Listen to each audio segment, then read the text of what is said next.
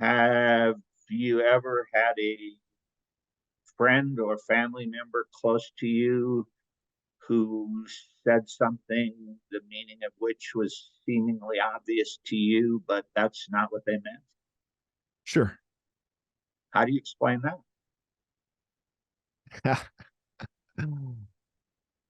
Well, I suppose this is not my perspective, but playing this role, maybe I Yeah, suppose yeah. I would say that those people kind of need me to inform them, need some kind of enlightening on the subject because they are wrong. I need to help them see it my Why way. are they wrong? Don't they know you? Don't they?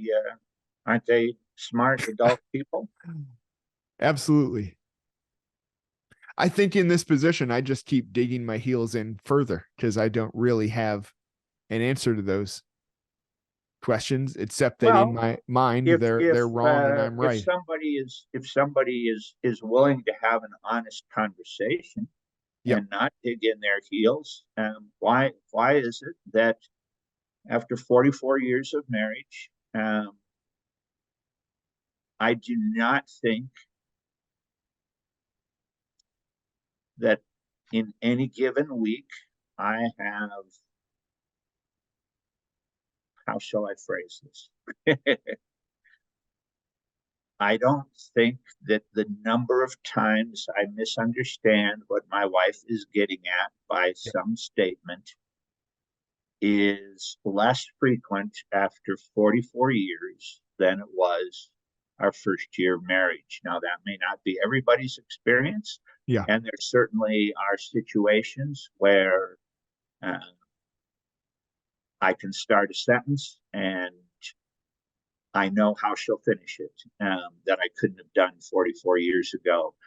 But the last time I checked, we are both still finite. We are both still fallen. We are both still independent, free moral agents who Mm-hmm. more often than care to admit want things our way and not the other person's way. And on top of that, she's Irish. And the Irish never say the first time what they mean. It's always a setup for what comes next.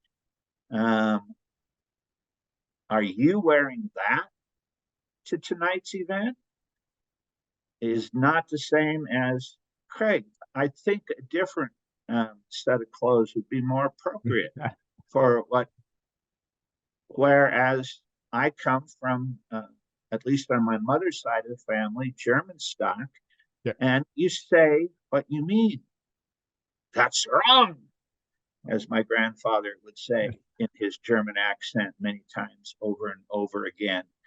Um, and so, and then you add to that age. There's something to be said that as you get older, you more and more revert back to patterns from when you were very young. Yeah. Well, what does all that have to do with interpreting the Bible? The Bible was written in human languages at different periods of time in different cultures, not one of which was our time or our culture. And even if it was inerrantly inspired, we are not inerrant interpreters, and Sure.